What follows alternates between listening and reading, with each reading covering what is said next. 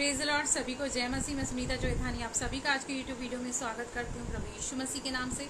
और छोटा सा वीडियो आपके बीच में रखना चाहती हूँ कि हम सब स्वर्ग जाना चाहते हैं। मुझे ऐसे लगता नहीं है कि कोई भी नरक जाना चाहेगा, लेकिन बाइबल के अनुसार 3 ऐसे क्षेत्र हैं जहाँ पर आपको टटोला जाएगा, नापा जाएगा। 3 ऐसे मापदंड हैं, 3 ऐसे क्षेत्र हैं जिसके विषय आपका और मेरा न्याय होगा।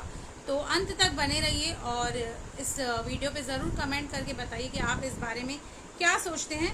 तो 3 ऐसे क्षेत्र हैं। पहला क्षेत्र जिसके विषय में आपका और मेरा न्याय होगा वो ये होगा कि इस धरती पर रहते हुए हमने क्या बोला, कैसे बोला, किसको बोला, कैसे अपशब्द इस्तेमाल किए, कैसे कुछ गलत किया, वो सारी बातों का लेखा एक दिन न्याय आसन के सामने परमेश्वर को हमें देना होगा। उसके लिए हम पढ़ते हैं मत्ती 12 का 36 वचन। मैं तुमसे कहता हूँ कि जो जो निकम्मी बातें मनुष्य कहेंगे न्याय के दिन वे हर एक उस बात का लेखा देगा।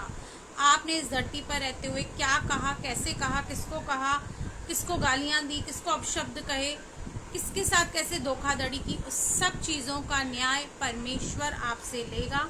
और सेकंड एरिया जिसके विषय में बाइबल कहती है आपका और मेरा न्याय होगा वो है तोड़ों के विषय। हम मत्ती 25 का अगर जो 14 से पढ़ेंगे, बहुत बड़ा है, मैं पढ़ तो नहीं पाऊंगी आपके लिए, लेकिन वहां पर तोड़ों के विषय में लिखा है कि आपको जो नेहमतें और टैलेंट परमेश्वर ने दिए उससे आपने कैसे परमेश्वर के राज्य के लिए यूज किए। क्योंकि जिसको 5 मिले थे उसने 5 कमाए, जिसको 2 मिले थे उसने 2 और कमाए, लेकिन जिसको 1 मिला था उसने क्या किया, उसे जमीन में गाड़ दिया और उसे यूज नहीं किया।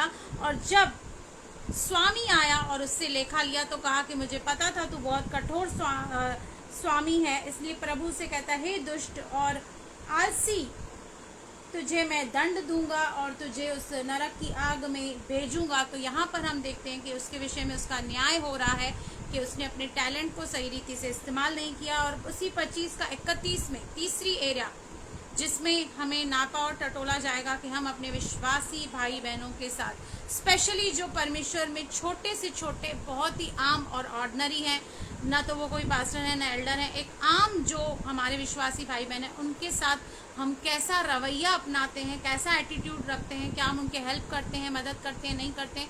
क्योंकि 31 के आगे प्रभु यीशु मसीह कहता है कि मैं भूखा था, तुमने मुझे खाना नहीं दिया, मैं प्यासा था, तुमने पानी नहीं दिया, मैं नंगा था, तुमने कपड़े नहीं दिए, मैं जेल खाने में था, तुम मेरी सुधि नहीं लेने आए। तब लोगों ने कहा ऐसा हमने कब कहा, कब आप नंगे थे कि हमने आपको कपड़े नहीं दिए, कब आप भूखे थे कि हमने आपको खाना नहीं दिया। तब प्रभु यीशु मसीह भेड़ और बकरी को अलग करेगा और प्रभु यीशु मसीह से कहेगा जो तुमने छोटे के साथ किया वो तुमने मेरे साथ किया। और अक्सर इस एरिया में हम बहुत कमज़ोर रहते हैं और मार खा जाते हैं क्योंकि हम अपने विश्वासी भाई बहनों के साथ सही रीति से बिहेव नहीं करते, चलते नहीं। तो 3 ऐसे क्षेत्र हैं, याद रखिए। स्वर्ग जाने के लिए आपको इन 3 क्षेत्रों में सही रहना पड़ेगा। पहले तो आपको कोई भी ऐसे अपशब्द निकालने नहीं है। अगर जो निकल जाते हैं तो आप दुआ करें, प्रार्थना करें, परमेश्वर से माफ़ी मांगे और अपने आप को जाने, टटोलें आपके अंदर क्या टैलेंट है और उसे आप परमेश्वर के राज्य के लिए इस्तेमाल करें।